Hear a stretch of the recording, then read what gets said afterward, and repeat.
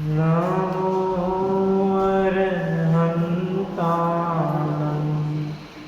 नमो सिद्धाणं नमो आयर्याणं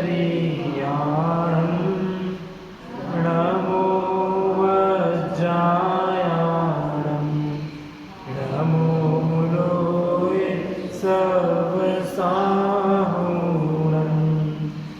मङ्गलं भगवान् वीरो मङ्गलं गौतमो बलि मङ्गलं कुन्दकुन्दाद्यो जैनधर्मोऽस्तु मङ्गलं सर्वमङ्गल्यमाङ्गल्यं सर्वकल्याणकारकं प्रधानं सर्वधर्माणां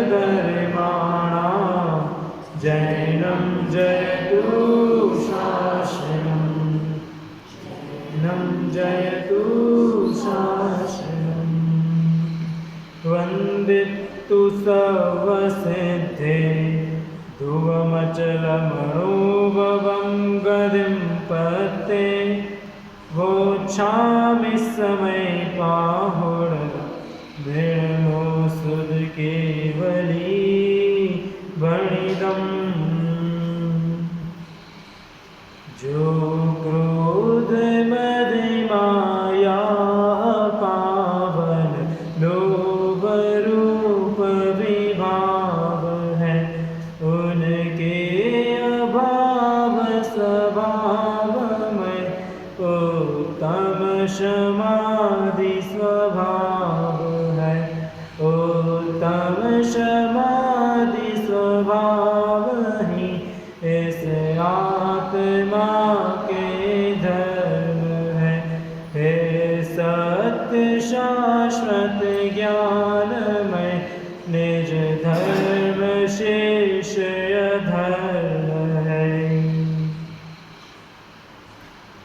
10 लक्षण महापर्व चल रहे हैं और आज इसमें 6वां दिन है और 6वां दिन है कौन सा है 6वें दिन में आज उत्तम संयम का।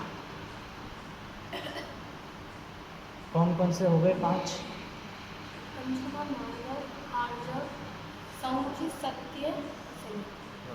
6 हो गए ठीक है।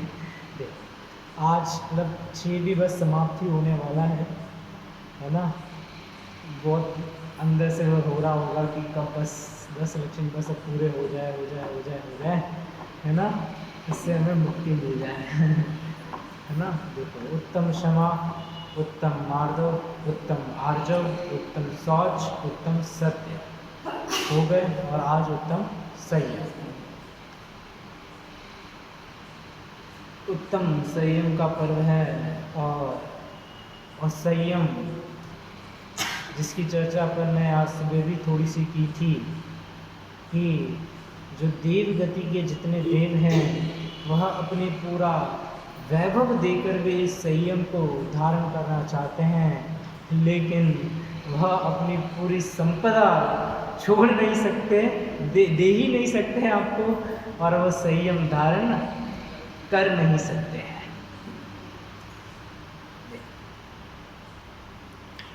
क्या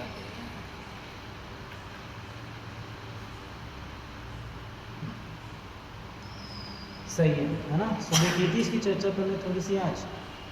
संयम मतलब क्या होता है, मेरी क्लासमेट का नाम है ना क्या होता है संयम का मतलब?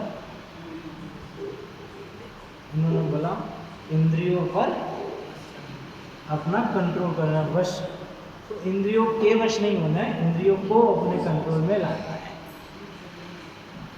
ये जो परिभाषा है वह एक देश तो सही है, क्या बोला, एक देश तक तो सही है, सर्वदेश सही नहीं है।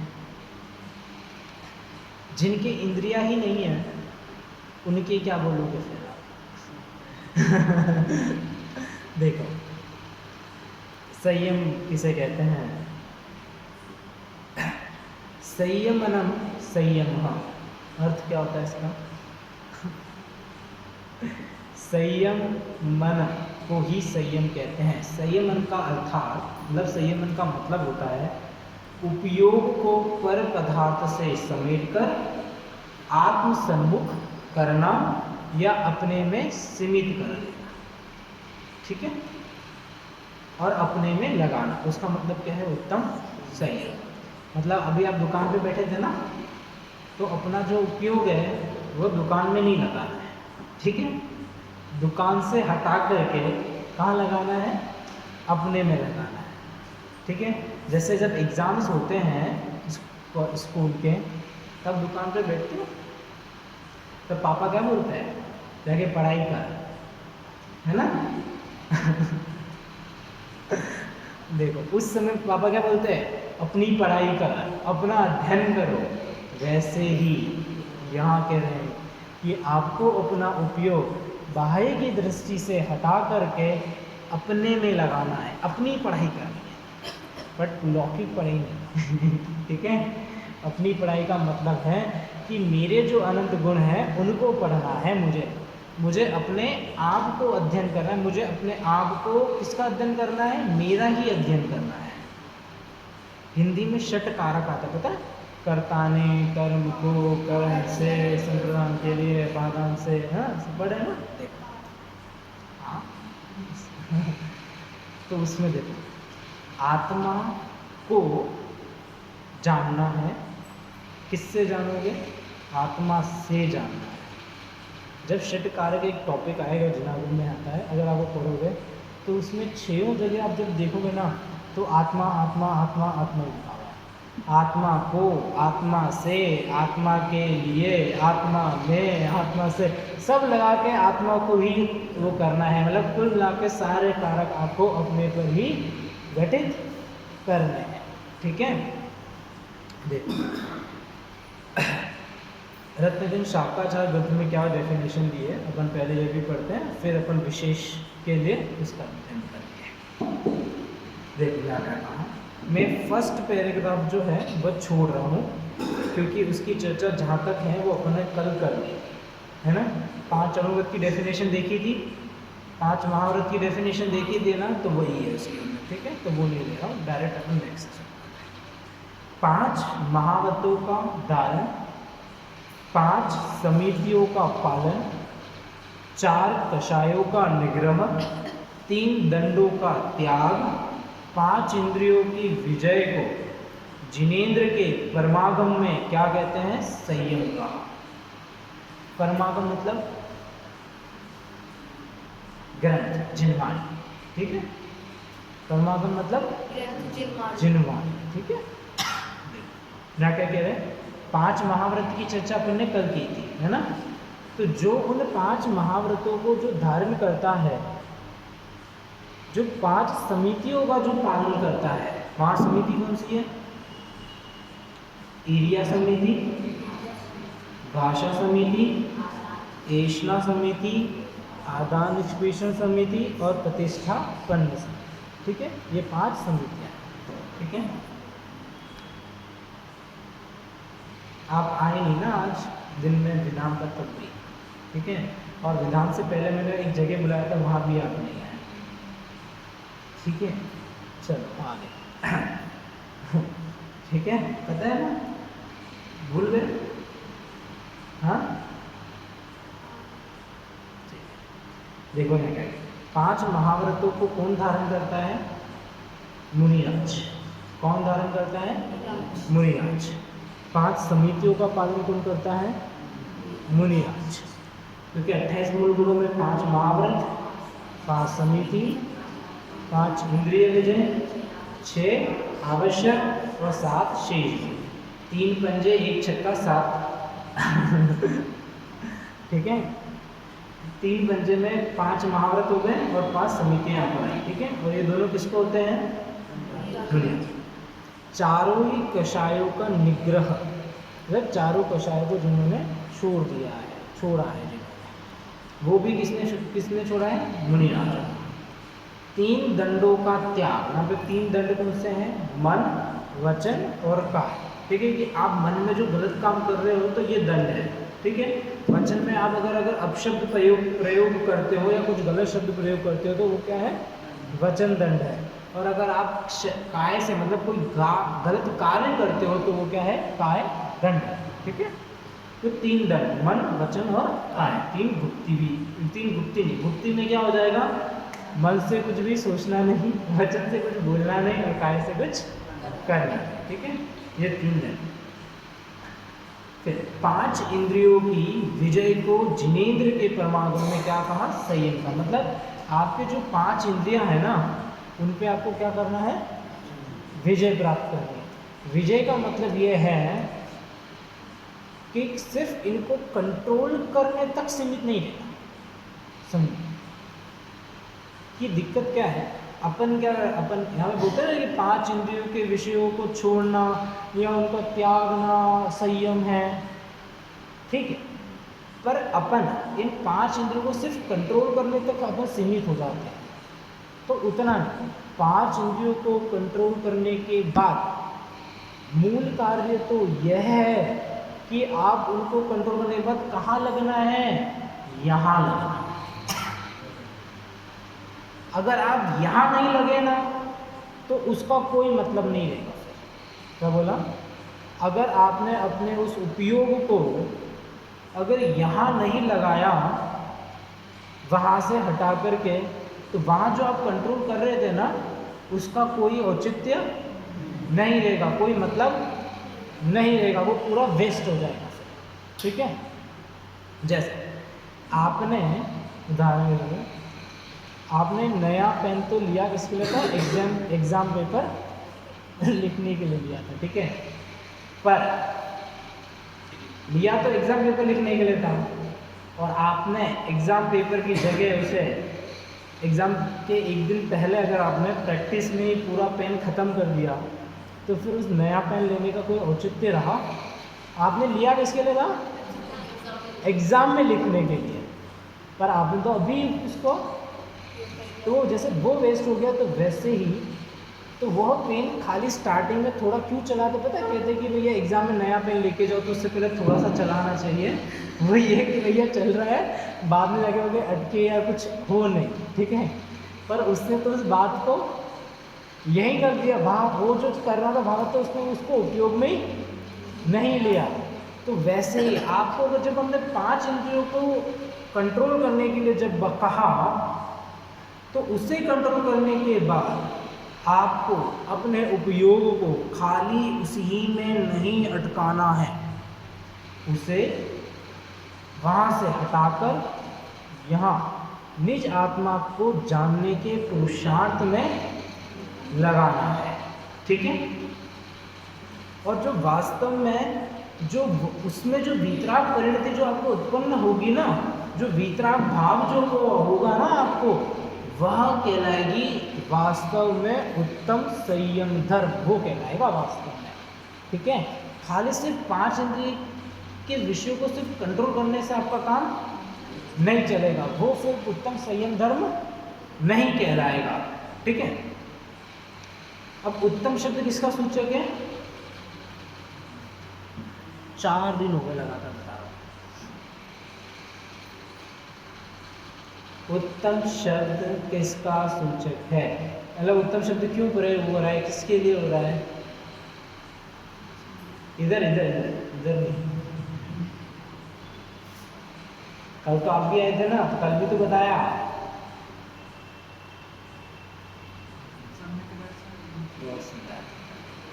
किसका सूचक है, सम्यक दर्शन का सूचक है वो, ठीक है। 4 दिन हो गए तो एक वर्ड याद नहीं हो रहा है, वापस अभी नेक्स्ट डे से यही वापस पूछूंगा, उसमें याद रखना।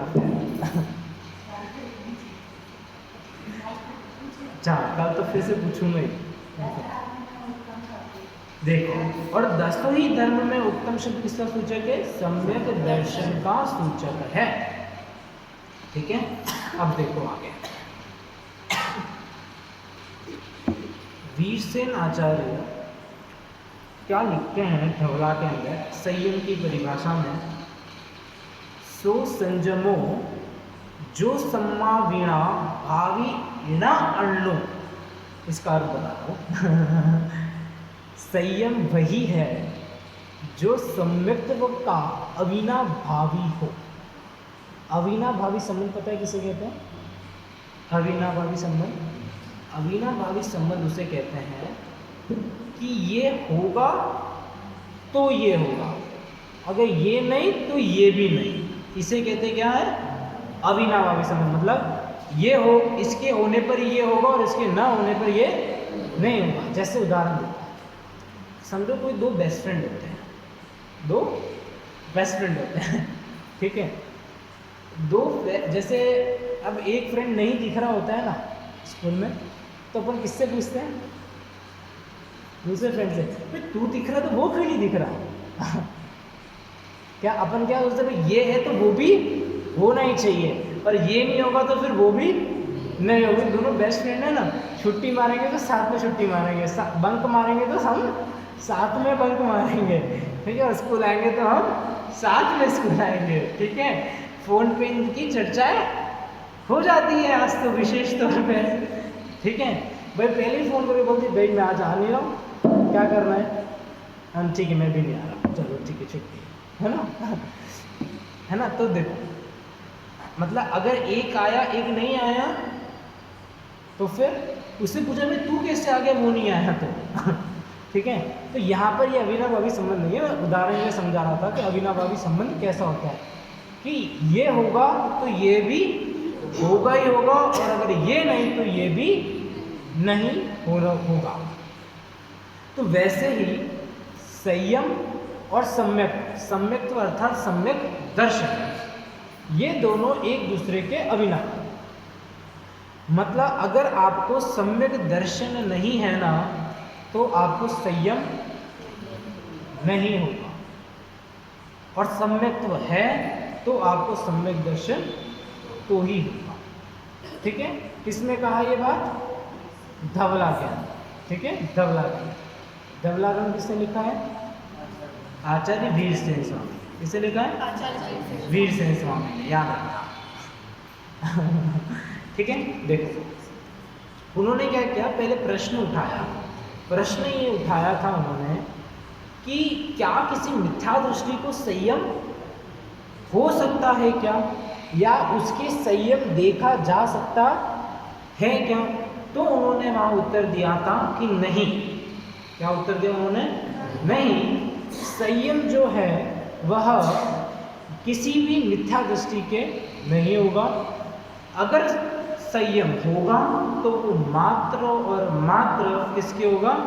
सम्यक दृष्टि जीव के ही होगा, क्योंकि जो संयम है ना वो साक्षात मुक्ति का कारण। क्या है? साक्षात मुक्ति का कारण है। जैसे अपन मैंने सुबह भी बोला था, क्या जो इंद्रगण है, जो देवगण है, वह अपना पूरा वैभव देकर भी संयम को ग्रहण करना चाहते हैं, पर ग्रहण नहीं कर सकते, नहीं कर पाते, ठीक है। अब सर संयम की इतनी वैल्यू क्यों है? जो संयम है वह देव गति में तो है नहीं, नरक गति में है नहीं, तीरंच में भी पंचम गुण स्थान इतना थोड़ा सा ही है। पूर्ण संयम तो मात्र और मात्र कहाँ है? मनुष्य गति में ही है, ठीक है। अब आप एक जो आपने संयम की परिभाषा बोली थी मैं पहले, क्या परिभाषा बोली थी कि 5 इंद्रियों का वश में कर लेना या 5 इंद्रियों को समेट देना, उसे संयम कहते हैं, ठीक है। अब देखना इस परिभाषा में दोष क्या है। अब जिनके 5 इंद्रियां हैं ना, उनमें भी क्या दोष आते हैं ना, वो मैं आपको, ठीक है, ध्यान से।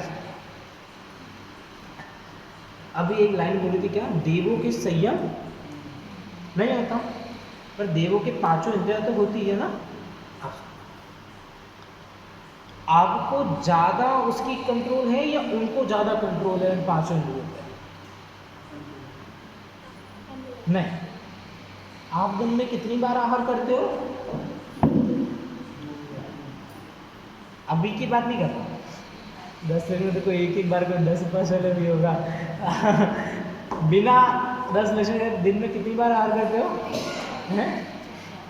देखो पता है क्या होता है, जब किचन में गए तब, जब फ्रिज खोला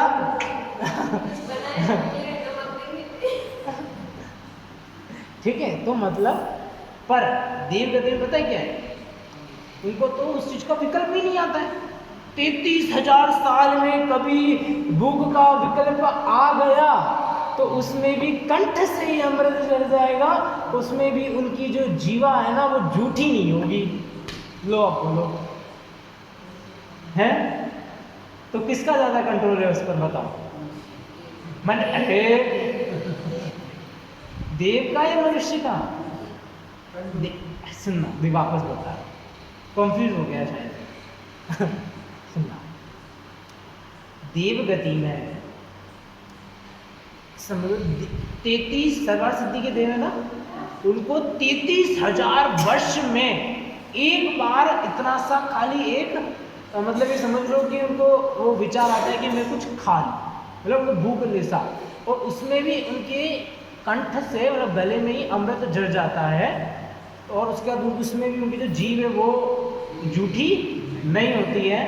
ठीक है, 33,000 वर्ष में खाली एक बार वो उसका आहार करते हैं। ठीक है, और आप दिन में कितने बार आहार कर रहे हो?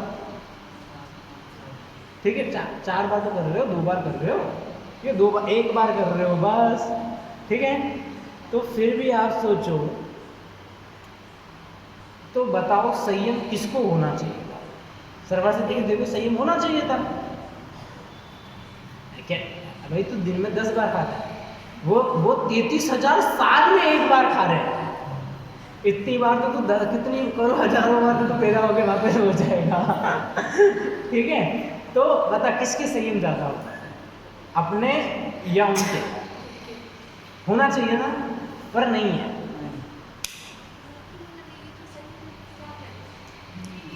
जो परिभाषा मैंने क्या बोला, जो परिभाषा बोली ना 5 इंद्रियों को सिर्फ कंट्रोल कर लेने का नाम ही संयम है क्या, तो नहीं, वो परिभाषा बहुत ही ज़्यादा स्थूल है, सूक्ष्म नहीं है, स्थूल है। ठीक है, स्थूल है वो तो। निश्चय से तो 3 कषाय चोकड़ी के अभाव में जो आत्मा की विशुद्धता जो प्रकट होगी, जो वितराग परिणति प्रकट होगी ना, उसमें जो आप अनंत सुख का जो भास कर रहे हो ना, वो जो आप जो क्रिया है, जो आप मुनि दीक्षा जो आपने ली है, भावनी के संत जो है ना, उनको वो उत्तम संयम है वास्तव। ठीक है, अब उनको अब देखो, एक ये तो एक रसना इंद्रिय की बात हुई, स्पर्श इंद्रिय में भी उनको किसी प्रकार का कोई विकल्प भी नहीं है। कुछ देवों को होता है नीचे के जो एकदम फुटर फुटर होते हैं। बाकी बड़े देवों को तो उनका विकल्प ही नहीं आता। और अगर सर्वार्थ सिद्धि के देवों की बात करोगे तो उनको तो न तो तीर्थंकरों के कल्याण मनाने का भाव आता है, न तो मंदिरों के दर्शन करने का भाव आता है। लोग वो इतने मगन होते हैं अपनी उस तत्व चर्चा के अंदर। शायद सम्मित्री जीव है वो, सोचो उसे वो विकल्प ही नहीं आ रहा। तो स्पर्श से रिलेटेड तो कोई आना ही नहीं है, रसना से रिलेटेड भी कोई आता ही नहीं, वो तो बता ही दिया। ग्राम सुनने की तो कोई इच्छा ही नहीं, सबसे सब तरफ अच्छा, ऐसा तो है नहीं कि भाई ये अच्छा होगा तो उसको सुनूंगा, ऐसा तो वहाँ पर कोई जरूरत ही नहीं। फिर चक्षु, उन्हें देखने की क्या बोला, तीर्थंकर के कल्याणक को जिससे देखने का भाव नहीं, भगवान के मंदिरों में जाके दर्शन करने उनको देखने का जिसको विकल्प नहीं हो, तो उसको दूसरा विकल्प तो क्या ही कहे फिर। ठीक है, और शब्द सुनने की बात रहे तो उन्हें किसी की दिव्य ध्वनि सुनने का कोई इंटरेस्ट नहीं है, वो तो अपनी ही तत्व चर्चा में मगन रहते हैं। तो अब मुझे बताओ संयम किसके होना चाहिए ज़्यादा, देवों के या अपने? देवों के, बट देवों को संयम नहीं होता। उसका कारण क्या है? क्योंकि उन्हें 3 कषाय चौकड़ी का अभाव उस समय नहीं हो सकता। ठीक है, देखो क्या और जो संयम है वो किसके साथ होगा? सम्यक दर्शन सहित ही होगा। अगर सम्यक दर्शन नहीं तो संयम भी नहीं होगा। देखो 10 लक्षण धर्म की जो पूजन है ना, आज सबने की थी ना सुबह, उसमें उत्तम संयम का जो अर्घ है, देखो उसमें क्या काम, संयम रतन संभाल विषय चोर चहु फिरत। क्या कह रहे हैं? जो संयम रूपी जो रतन है ना, इसको बहुत संभाल के रख भाई, क्योंकि जो 5 इंद्रियों के जो विषय रूपी जो चोर है ना, वो बहुत सारे घूम रहे हैं। समझ में आया? देखो क्या कहना चाहते हैं। जैसे समझो अगर आपके पास में गोल्ड का पेन आ जाए, इसका गोल्ड पेन, ठीक है, it's price nearly 1 lakh 2 lakh rupees, ठीक है, और आप उसे स्कूल में लेके गए, ठीक है, कहाँ स्कूल में लेके गए, और आप जब सबको दिखाते फिर रहे हो, और फिर देखो मेरे पास गोल्ड का पेन है, देखो मेरे पास गोल्ड का पेन है। तो अब बताओ, अब स्कूल में जितने विद्यार्थी है सब तो अच्छे होंगे नहीं, किसी का तो यहाँ पे विकल्प बिगड़ेगा ना। तो बताओ, वो कह रहे हैं कि वैसे चहु चोर, चोरी करने का कोई प्रयत्न भी कर सकता है ना गोल्ड के पेन को। उस गोल्ड के पेन को चोरी करने के लिए लोग उसकी दृष्टि, फिर जिनकी दृष्टि बिगड़ी तो फिर भैया पेंसिल होती है ना, वो गायब हो जाती है भैया स्कूल में। तो फिर उस पेन की तो क्या बात ही क्या करनी, फिर तो उस पेन पे तो कितने लोगों की दृष्टि खराब हो गई, और फिर समझ लो वहाँ उस समय समझो उस पेन के आसपास कितने चोर घूम रहे हैं। तो उस गोल्ड पेन के जैसा ये संयम रत्न जो है तेरे पास, इसे संभाल के रख, क्योंकि विषय चोर बहुत सारे उसको चुराने के लिए घूम रहे हैं, उसके आसपास मंडरा रहे हैं। जैसे अगर आप कोई अच्छा काम कर रहे हो ना, तो आपके आसपास जैसे बहुत सारे लोग घूमेंगे ना आपको नीचे खींचने के लिए, तो मतलब क्या कह रहे हैं भाई, संभल के चलना आगे। क्या कह रहे हैं? संभल के चलना आगे, क्योंकि भाई तेरी टांग खींचने वाले बहुत सारे हैं। तो वैसे ही उस संयम को छुड़ाने वाले तेरे से बहुत सारे हैं कि तेरे से वो संयम चुरा लेंगे। तो उस अपने उस संयम रत्न को संभाल कर रखना, ठीक है। देखो फिर क्या कह रहे हैं आगे, उत्तम संजम कहु मन मेरे, भव भव के बाझे अग तेरे, सुरग नरक पशु गति में नाही, आलस हरन करन सुख ठाई। क्या बोल रहे हैं कि अपने मन को समझाते हुए कहा कि क्या कि हे मन, क्या बोल रहे, हे मन उत्तम संयम को धारण कर। इसको धारण कर, उत्तम संयम धर्म को। तुझे ये मनुष्य पर्याय मिली है ना, ये बहुत ही दुर्लभता से तुझे ये मनुष्य पर्याय मिली है, और ये मनुष्य पर्याय मिली है तो इसका तू पूरा पूरा उपयोग कर। और वो उसका उपयोगिता जो है इस मनुष्य भव की, वो कैसे पूरी होगी? अगर आप उस संयम धर्म को अगर पा लेते हो तो। अगर संयम को प्रकट नहीं किया इस मनुष्य भव में, तो आपका पूरा मनुष्य भव कैसा है? बर्बाद है, वेस्ट है। ऐसा मैं नहीं कह रहा। क्या बोला? ऐसा मैं नहीं कह रहा, ऐसा तो यह कह रहे हैं आचार्य देव। मेरा शब्द नहीं है, मैं तो आपको बीच का मीडियम हूँ, खाली वो इधर की बात इधर ट्रावल करने वाला बस, है ना, उससे ज़्यादा नहीं हूँ, ठीक है। आगे आ जाओ इधर,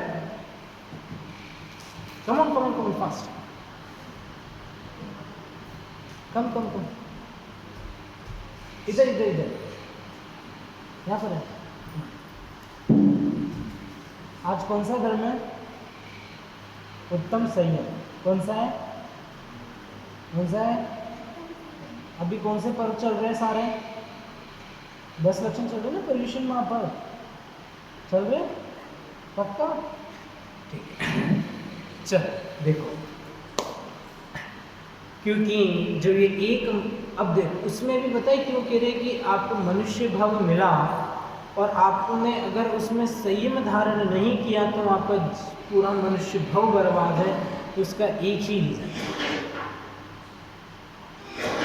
वो ये कि आपको बस एकमात्र एक यही गति है जिसमें आप संयम को प्रकट कर सकते हो। फिर वो वाला सीन हो जाए, चिड़िया चुग गई खेत, अब पछताए होत गया। फिर ये अगर मनुष्य भाव चला गया तो फिर वापस संयम किसी और गति में धारण आप नहीं कर सकते।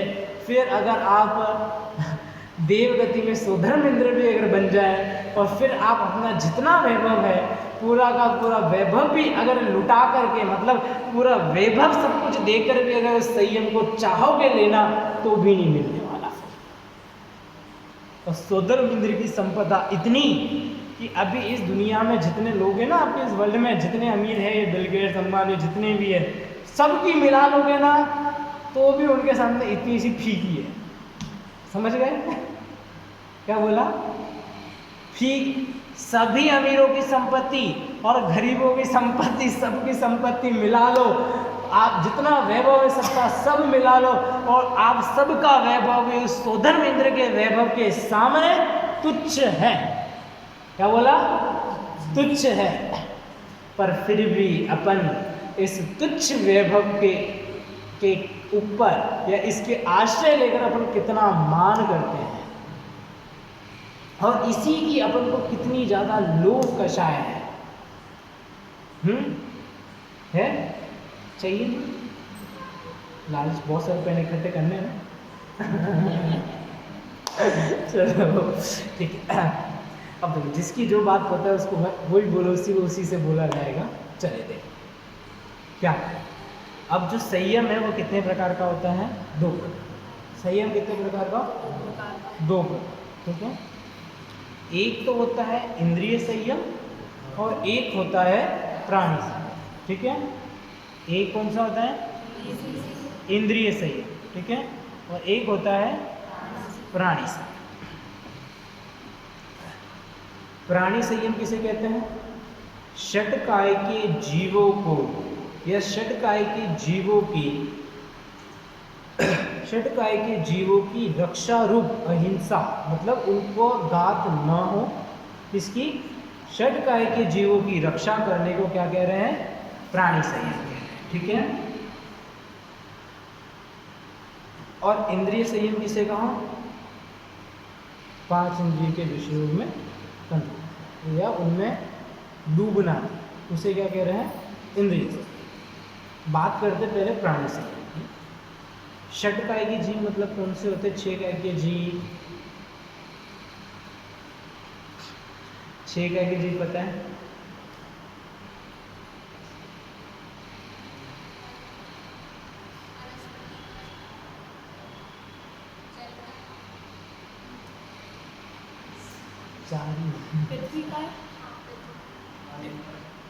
अरे भाई हो गया ना, कितनी बार भाई देखो, या तो 5 नाम वापस रिपीट कर लो आप लोग एक बार में। एक इधर से अग्नि का, वापस इधर से अग्नि का, ऐसे कंफ्यूज करके दो गिन लोगे तो ऐसे काम नहीं चलेगा आप लोग, है ना। आप लोग 10 जने ग्रुप बना के मेरे पे ऐसे डराओगे तो नहीं, मैं नहीं डरूंगा फिर, ठीक है ना। हाँ सुनो, आप बोल रहे हो ना 5 पक्का? एक जना डिसाइड कर लो फिर कौन बोल रहा है 5 नाम एक साथ। संकेत के पास चले, संयम संकेत संयम, हाँ बता 5। 6 नाम है, षट काय बोलो, 6 काय जी। आप 5 बताओ, चल बताओ।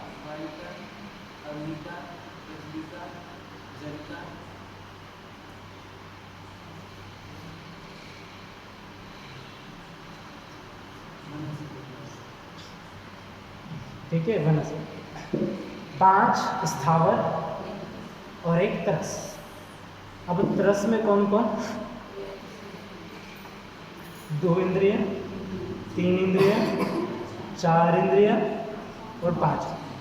ठीक है, सब 6 काय जीव होते, 5 स्थावर और 2 इंद्रिय के जीव, 3 इंद्रिय के जीव, 4 इंद्रिय जीव, 5 इंद्रिय में संगी और असंगी दोनों ना, इन सबको बोलते हैं एक टर्म में त्रस। और 5 स्थावरों को एक एक कंसिडर किया है। तो ऐसे षटकाय के जीवों की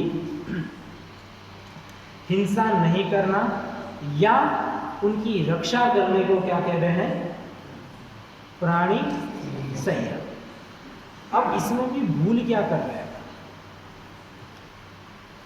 अब जैसे मैं चींटी को मार तो नहीं रहा, ठीक है, पेड़ को मैं काट नहीं रहा, ठीक है, फिर तो मेरी गलती कहाँ हो रही है? नहीं, मैं पेड़ को नहीं काट रहा, मैं चींटी को नहीं मार रहा, मैं किसी भी मनुष्य को नहीं मार रहा, तो फिर मुझे संयम प्रकट क्यों नहीं हो रहा है?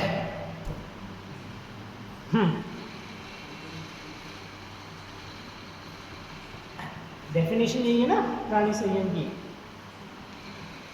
अपन क्या करते हैं, हर एक परिभाषा को खाली उतना से लेते हैं, उसकी सूक्ष्मता तक जाने का प्रयास नहीं। और जैसे मैंने पहले ही बोला, क्या बोला? सब एक दिन पहले भी क्या जैन धर्म आपको सेल्फिश होना सिखाता है। मैं एक लाइन ले जो परस्परोग्रो जीवानाम है ना, मैं परस्परोग्रो जीवानाम नहीं, स्वपर परस्परो नहीं, स्वपरो जरूर जीवाना मतलब अगर आप अपने स्वयं की लिए, मतलब आप स्वयं की रक्षा करनी है अपन को, क्या बोला? अपन को तो स्वयं की रक्षा करनी है। किससे रक्षा करनी है?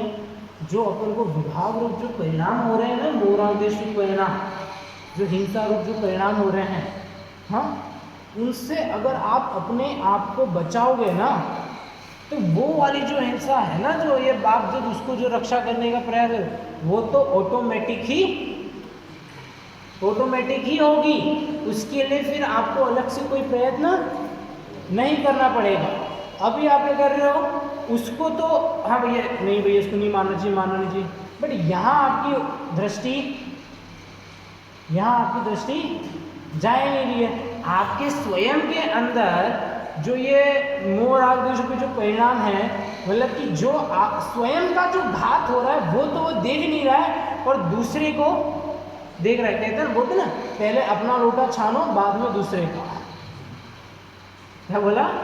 पहले अपना लोटा छानो बाद में दूसरे का।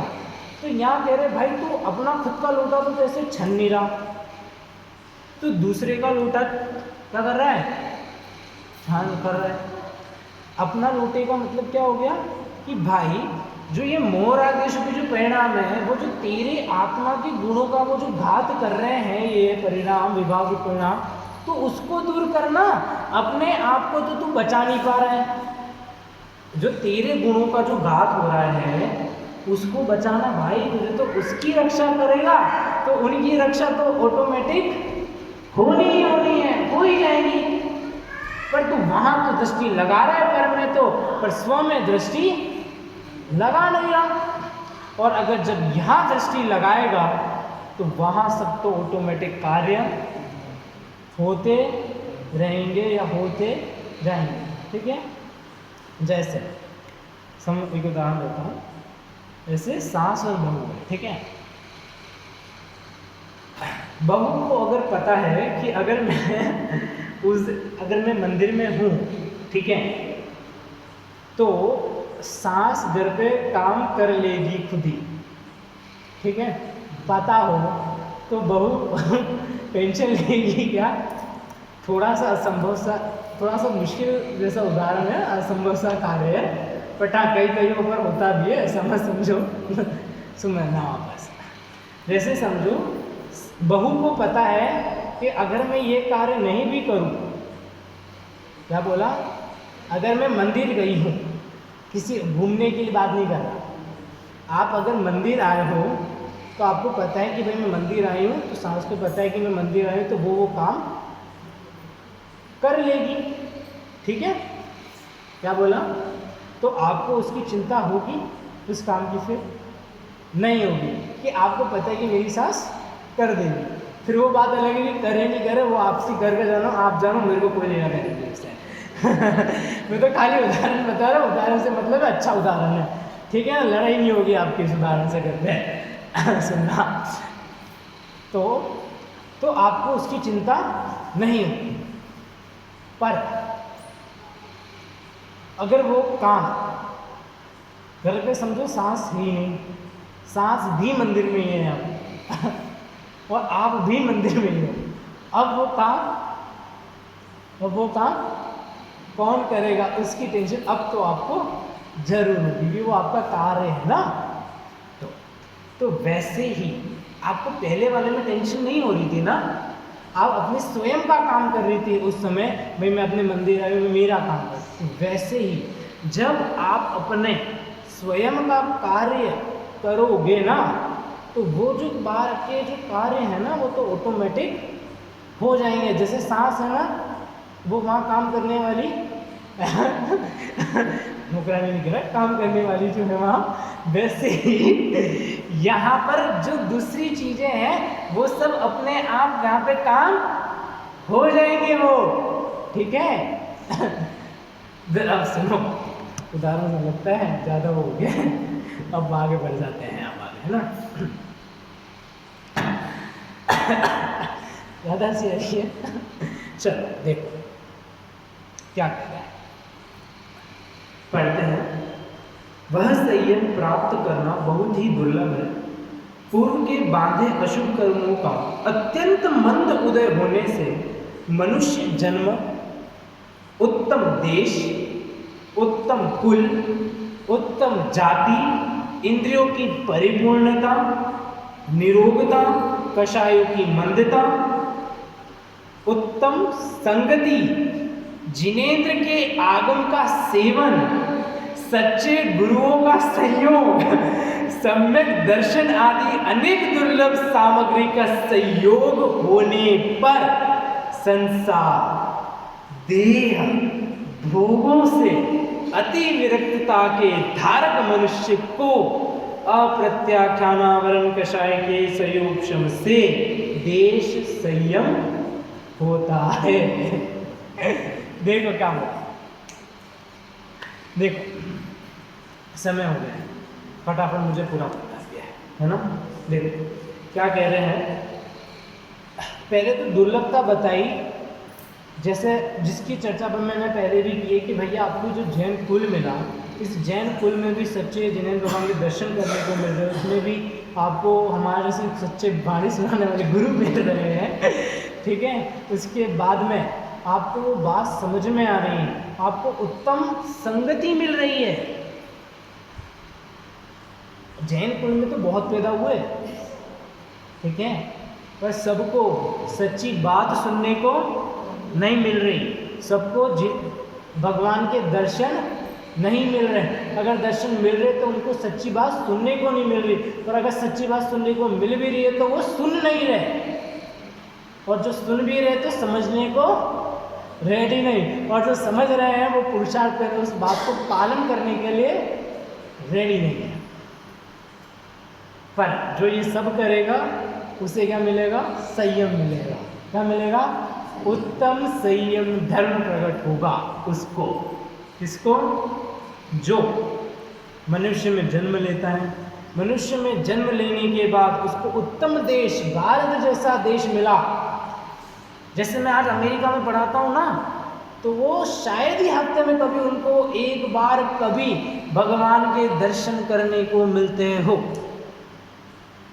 क्या कह रहा हूँ, और आपको तो घर के इतने पास में है, फिर भी अपन मंदिर रोजाना नहीं आते। उनके वहाँ तो 40-40 मील दूर है, 1-1 घंटा लगता है। यहाँ से जैसे आप सागर जाते हो ना, जितनी देर लगते हैं ना, उतना टाइम लगता है उनको एक मंदिर जाने के लिए। इतने दूर दूर वहाँ मंदिर है, पर आपको तो नज़दीक में मिला है, सहज मिला है, तो अपन को इसकी महिमा समझनी चाहिए, इसकी महिमा करनी चाहिए और इसका पूरा फायदा उठाना चाहिए। जैसे एक उदाहरण बताओ कि समझो आपको, आप कहीं से जंगल में कहीं खो गए हो भले, ठीक है, मतलब खो तो क्या, अगर आप तो घूमने गए थे जंगल में आप, ठीक है ट्रैकिंग पे, ठीक है, और आपको समझो अगर सोने का पहाड़ मिल गया ना, तो आपको जितना सोना चाहिए ना उस पहाड़ में से ले लो। क्या बोला? जितना चाहिए उतना ले लो, क्योंकि अगर उस आपको जैसे पता पड़ा ना, आपको मिला ना, वैसे और भी तो लोग आते होंगे यहाँ, उनको भी तो ये दिखेगा ना, तो फिर अगर गवर्नमेंट को पता पड़ गया ना, तो फिर किसी को भी लेने नहीं देगी। तो ये जितना लेना है अभी ले लो, जितना चाहिए सोना उतना ले लो। तो वैसे कि अभी आपको ये दुर्लभ मनुष्य भाव आपको मिला है, इसमें जितना पुण्य की बात नहीं कर रहा हूँ, जितना धर्म करना चाहते हो, जितना संयम प्रकट करना चाहते हो, जितना जब धर्म प्रकट करना चाहते हो, उतना प्रकट कर लो। फिर अगर ये एक बार ये पर्याय वापस चली गई तो वापस बड़ी अति दुर्लभता से मिलेगी, और मिल भी गई तो उसमें क्या भरोसा कि आपको जैन कुल ही मिले, जैन कुल के बाद भी आपको अच्छे लोग मिल जाए, उसके बाद भी आपको जिन मंदिर का समागम मिले, उसके बाद भी सच्ची बात सुनाने के लिए गुरु मिले, या सच्ची बात समझने जितनी बुद्धि हो आप में। देखो सब कुछ मिल रहा हो लेकिन आप बीमार हो गए तो भी अब आप कुछ नहीं कर सकते चाहते भी, अभी अपना स्वास्थ्य भी कैसा है, निरोगी है, तो जितना चाहो उतना धर्म अभी कर लो, क्योंकि एक बार पर्याय चली गई तो वापस मिलना बहुत ही दुर्लभ हो जाएगा, और पर्याय बदलते समय नहीं लगता है, पर्याय एक समय की होती है। अभी आप राजा हो, अगले समय में आप भिखारी हो, या आप अभी भिखारी हो, अगले समय में राजा हो। इसका अगर प्रबल उदाहरण देखना हो तो मैं आपको दे सकता हूँ, लेटेस्ट उदाहरण दे सकता हूँ, सुनना।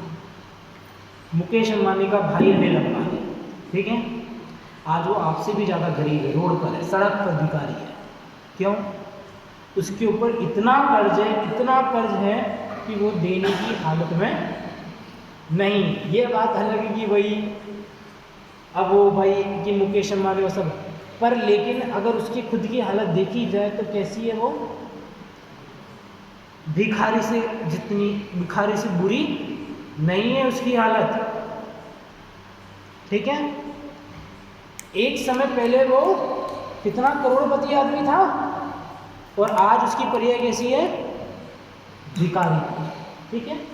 अब दूसरा उदाहरण देता, रंग से राजा बनने का। एक जैन सेठ थे, खरबों की संपत्ति, क्या कह रहा हूं, खरबों की संपत्ति, लेकिन उनका कोई भी पुत्र नहीं था। उनके वहां पर काम करने वाला वॉचमैन का बेटा हुआ, और उन्होंने वो उस पाप का उदय, तो ये देखना उसका पाप का उदय तो ऐसा था कि उसने एक वॉचमैन के यहाँ जन्म लिया, लेकिन पुण्य उससे भी ज़्यादा प्रबल था कि जन्म लिया और उस सेठ ने उसे गोद ले लिया, तो सोचो वो खरबों का मालिक बन गया, ठीक है। तो इससे बड़ा उदाहरण नहीं है रंक से राजा बनने का और राजा से भिखारी रंक बनने का।